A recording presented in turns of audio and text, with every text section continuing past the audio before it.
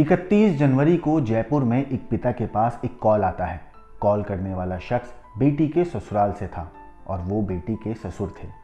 बेटी के ससुर उस लड़की के पिता को कॉल पर बताते हैं कि आपकी बेटी ने जहर खा लिया है और उसकी तबीयत खराब है।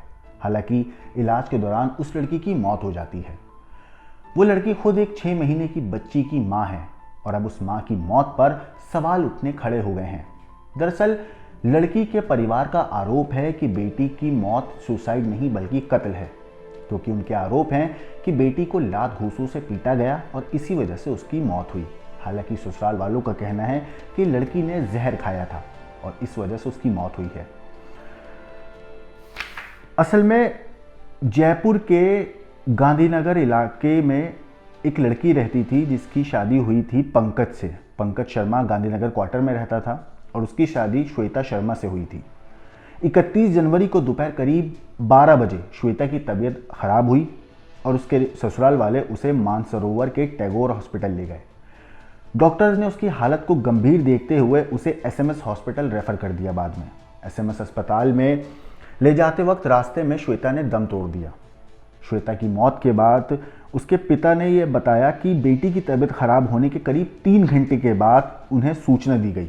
दोपहर करीब 3:15 बजे श्वेता के ससुर रजनीश शर्मा ने कॉल किया। उन्होंने कहा कि श्वेता ने जहर खा लिया है, उसकी तबीयत खराब है। एसएमएस अस्पताल ले जाने की बात बताई, लेकिन पता चला कि पहले वो श्वेता को मानसरोवर के टैगोर अस्पताल ले गए थे। एसएमएस अस्पताल पहुंचकर कॉल करने पर यह बताया गया कि टैगोर हॉस्पिटल में डॉक्टर के परिचित होने की वजह से वो उसे वहां पर लेकर गए थे पहले। हालांकि जो हरिशंकर हैं वो एक खाद और बीज के बिजनेसमैन हैं और 8 नवंबर 2019 को उन्होंने श्वेता और पंकज की शादी कराई थी। श्वेता के पिता हरिशंकर का आरोप है कि शादी से पहले पंकज एक कोचिंग में पढ़ाता भी था और उसके अलावा आरएस प्री एग्जाम भी पास कर लिया था। और उनके ये भी आरोप हैं कि शादी के बाद से ही श्वेता को दहेज की वजह से ससुराल वाले टॉर्चर करते थे। उसका शारीरिक और मानसिक रूप से उसे प्रताड़ित किया गया। उसके परिवार वालों से मिलना तो दूर, बातचीत तक नहीं ये लोग करने देते थे।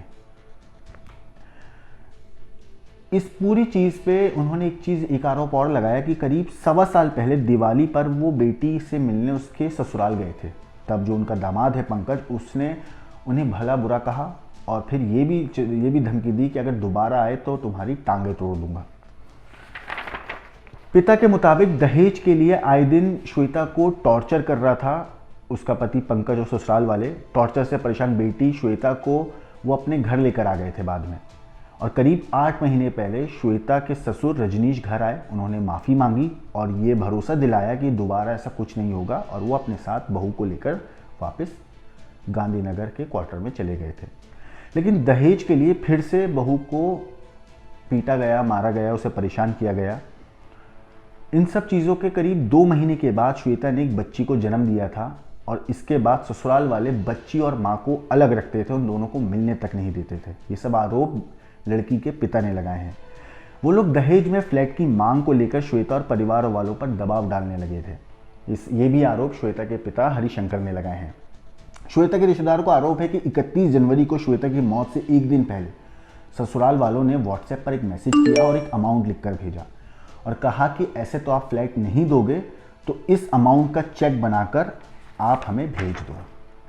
श्वेता के रिश्तेदारों का दावा है कि श्वेता के पोस्टमार्टम रिपोर्ट में हालांकि जहर की बात नहीं हुई है, ये उसके रिश्तेदारों का दावा है। डॉक्टर्स का कहना है कि श्वेता के पेट में कई घाव थे, पेट में चोट मारी गई, इससे लीवर डैमेज हो गया और आरोप है कि ससुराल वालों ने दहेज की मांग पूरी ना होने पर श्वेता के साथ मारपीट की, उसे लात घूंसों से पीटा बेरहमी से और उसने कोई जहर नहीं खाया है। हालांकि मीडिया रिपोर्ट्स के मुताबिक इस पूरे मामले पर जो एसएचओ हैं गांधीनगर के सुरेंद्र यादव, उनका कहना है कि एफएसएल टीम की मदद से काफ़ी सबूत जुटाए गए हैं।